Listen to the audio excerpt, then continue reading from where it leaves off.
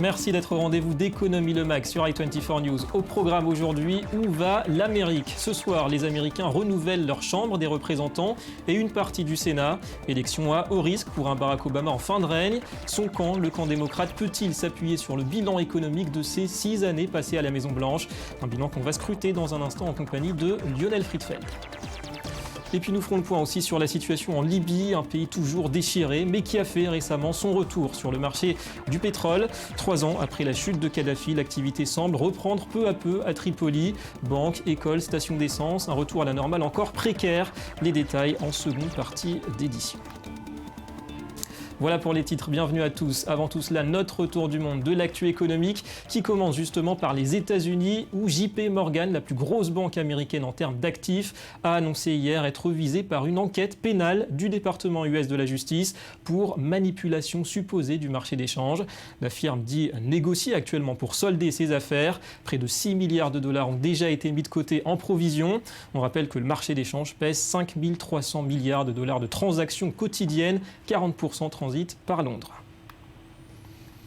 Autre affaire aux États-Unis, et cette fois on en connaît l'issue, Hyundai et Kia, les 2 géants automobiles sud-coréens, ont été condamnés à une pénalité de 100 millions de dollars au total pour avoir exagéré, d'après Washington, l'efficience en carburant de leurs modèles en 2012 et 2013, une amende record dans le domaine de la qualité de l'air.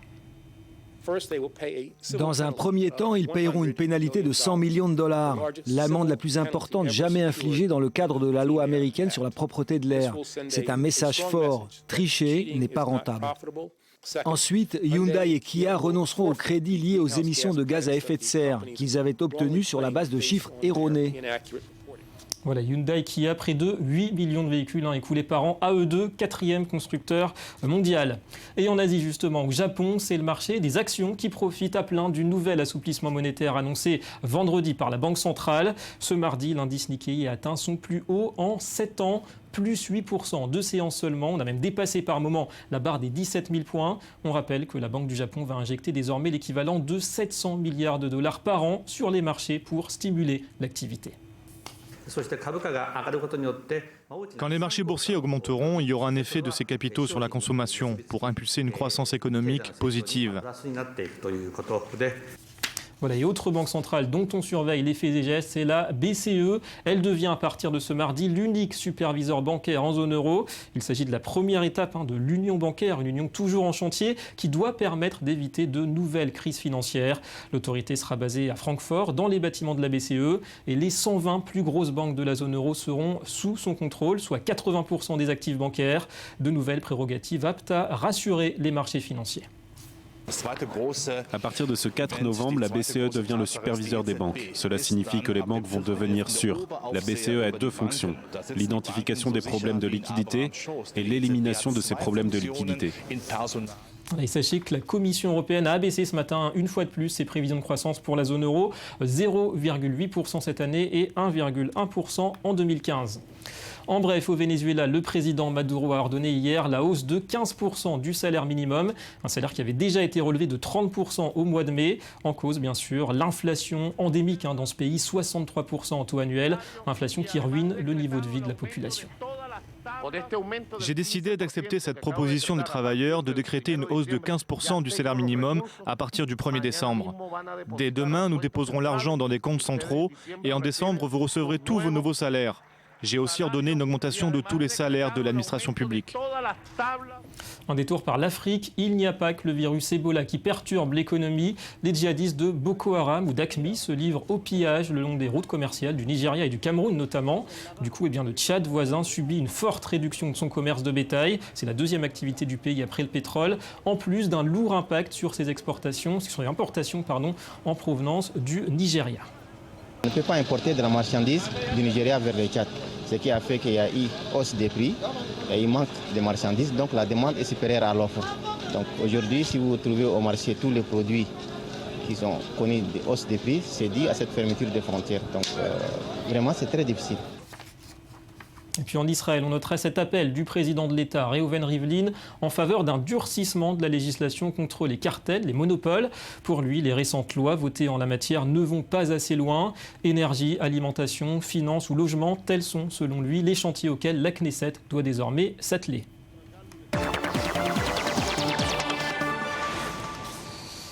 2,2% de croissance en moyenne par an depuis 2009, un taux de chômage tombé sous les 6% et même un nouveau leadership mondial sur la production de pétrole qui mettrait en doute aujourd'hui la relance de l'économie américaine.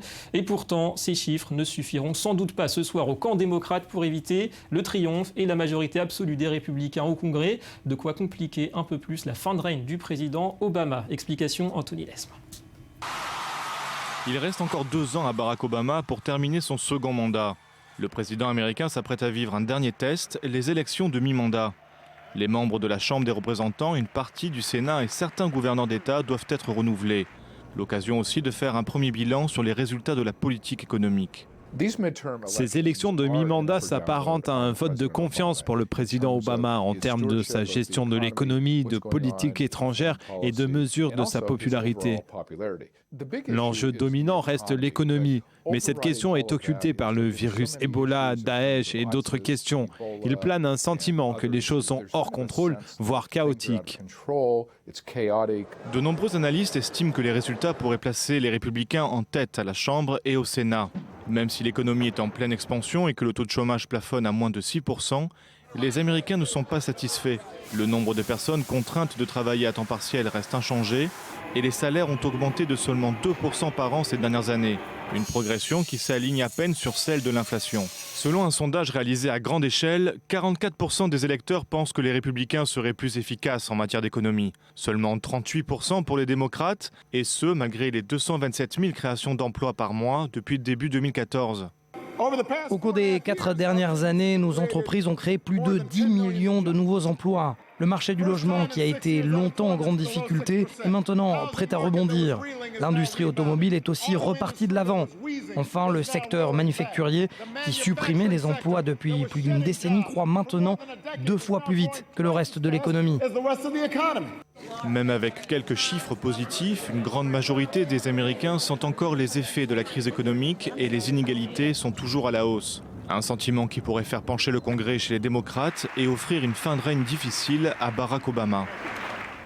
Voilà, peu de suspense quant à l'issue de ces législatives américaines. Alors l'économie est-elle finalement l'un des points forts de l'ère Obama à la Maison-Blanche? On en parle avec notre expert de l'économie internationale. Bonjour Lionel Friedfeld. Bonjour David. Analyste financier. Alors d'abord Lionel, quelles sont d'après vous les principales satisfactions du bilan Obama à la Maison-Blanche au niveau du front économique? Est-ce que c'est d'abord le retour de la croissance peut-être? Alors effectivement, c'est un bilan mitigé, mais le retour de la croissance est un point important.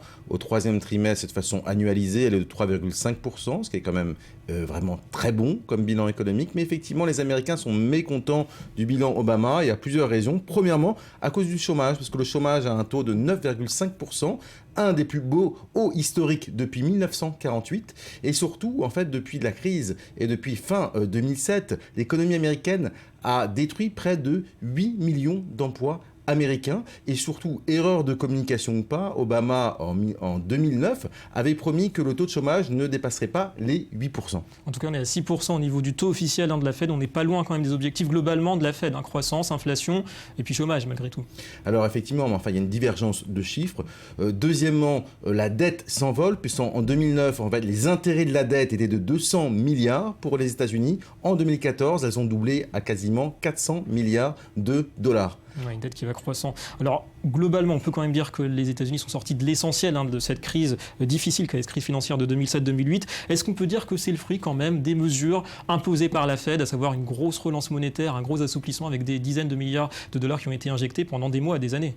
Alors en fait, il y a deux choses. Il y a effectivement la Fed qui a fait un travail remarquable depuis notamment le gouverneur Ben Bernanke. 2012, l'injection de près de 80 milliards de dollars chaque mois dans l'économie. Et ce plan vient d'être annoncé notamment par Janet Yellen, la présidente de la Fed. Elle va se terminer fin d'année. Mais effectivement, ça a boosté l'économie américaine. Premièrement. Deuxièmement, il y a une révolution puisque les États-Unis sont devenus une puissance énergétique importante avec le gaz de schiste qui a permis de diviser par un tiers la facture énergétique des sociétés américaines. Donc aujourd'hui, il y a des sociétés américaines qui avaient des unités de production à l'étranger qui reviennent effectivement aux États-Unis. Donc le Made in America est important. Et troisièmement, les taux qui étaient quasiment de zéro, on pense que la Fed va sans doute relever ses taux. Donc effectivement, la réponse pour la Fed est positive. Mais deuxièmement, Obama a quand même fait des choses puisqu'il a notamment en février 2009 lancé un grand plan de relance économique de près de 800 milliards de dollars. Alors justement, c'est ça la question. Est-ce qu'au vu de la structure économique et politique des États-Unis. Est-ce qu'on peut dire que le président Barack Obama a un poids réel sur les résultats économiques, au moins à court terme?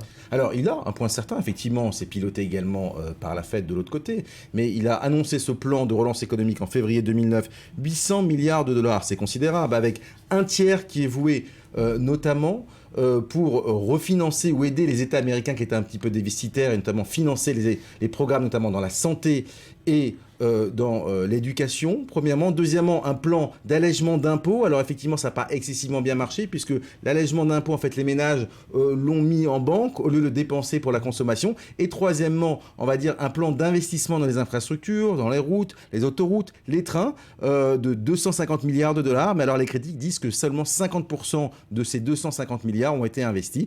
C'est pourquoi aujourd'hui les Américains, en fait, doutent sur les capacités d'Obama véritablement d'agir sur l'économie américaine. Il reste beaucoup à faire sur les infrastructures sur les 10 prochaines années d'ailleurs. Alors au niveau de la stratégie, au niveau des choix, est-ce qu'on a fait les bons choix? Vous avez parlé du gaz de schiste tout à l'heure. Est-ce que c'est vraiment ça qui a permis aux entreprises américaines de redevenir compétitives?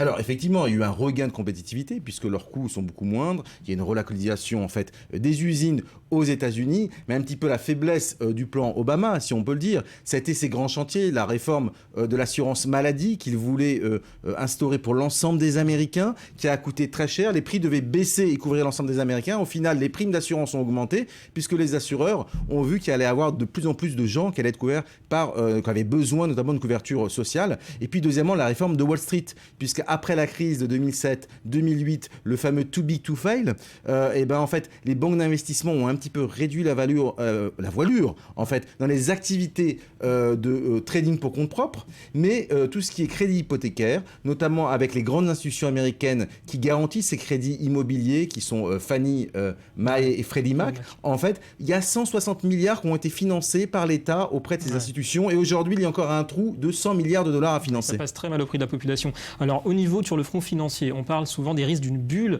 des actions, parce qu'on sait que c'est le marché des actions qui a beaucoup profité des injections de la Fed. Est-ce que c'est un risque, d'après vous, à considérer aujourd'hui, ou il est surestimé? Alors, aujourd'hui, effectivement, c'est toujours un risque, mais aujourd'hui, il faut savoir que l'économie est véritablement devenue internationale. Il y a une montée en puissance de l'Asie, même si effectivement, on s'en souvient, la Chine est un petit peu en train de ralentir, avec simplement 7,5% de croissance. Donc aujourd'hui, l'économie américaine est beaucoup plus impliquée dans l'économie internationale, mais il y a encore de grandes vedettes, puisque l'ensemble des grosses sociétés chinoises, on l'a vu cette année, font leur introduction en bourse, notamment Alibaba et des grands groupes américains également. Et en deux mots, Lionel, pour finir, est-ce que le gros virage dangereux, ce sera peut-être cette future hausse des taux d'intérêt qu'on attend très prochainement? Elle a été préparée d'un point de vue de communication par la Fed très très bien, avec la fin du quantitative easing, ce plan d'assouplissement économique, et donc ça va sans doute monter en puissance au premier semestre 2015. Merci beaucoup Lionel pour toutes ces explications. Et on se tourne à présent du côté de la Libye. 3 ans après la chute du régime Kadhafi, les combats violents se concentrent toujours autour des principales zones d'activité économique, les ports, les terminaux pétroliers. Mais à Tripoli, la capitale, l'activité semble revenir progressivement à la normale. Les banques, les stations d'essence notamment, sont à nouveau approvisionnées. On fait le point en images avec Éric Berdugo. À Tripoli, la capitale libyenne, le calme revient peu à peu. Après 5 semaines de violence extrême, les combats entre forces pro-gouvernementales et milices sont sur le déclin. En jeu, le contrôle de la ville par les factions rivales et une lutte sur le revenu pétrolier.